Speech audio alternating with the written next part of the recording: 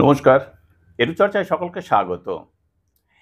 এবার আর বিকাশ ভবন নয়, সরাসরি নবান্ন অভিযান। সমগ্র শিক্ষা বাঁচাও মঞ্চের পক্ষ থেকে বেতন বৃদ্ধির দাবিতে নবান্ন অভিযান হতে চলেছে আগামী ৯ই অক্টোবর, ঠিক পুজোর পরেই।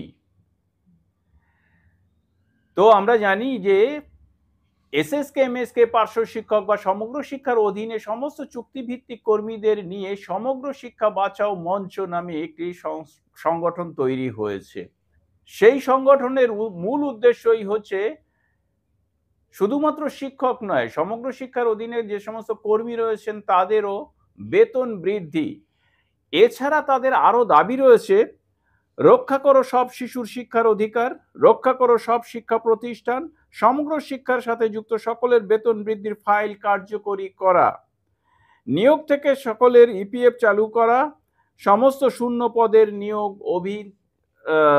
নিয়োগ করা, অর্থাৎ সমস্ত শূন্য পদে নিয়োগ করা।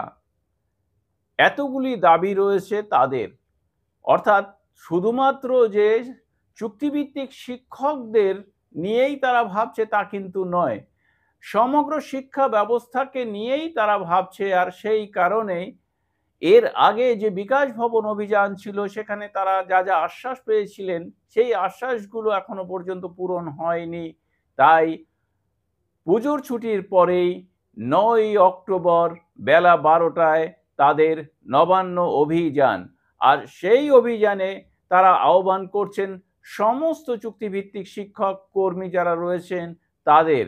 বেলা ১২টায় কলকাতার রাজপথ কাঁপিয়ে তারা পৌঁছে যাবে নবান্নে এবং সেখানে গিয়ে তারা বার্তা দেবে তাদের দাবি দাওয়ার।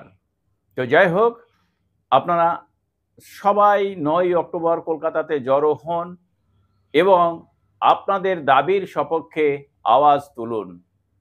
সকলকে ধন্যবাদ জানিয়ে শেষ করছি। ভালো থাকবেন, সুস্থ থাকবেন।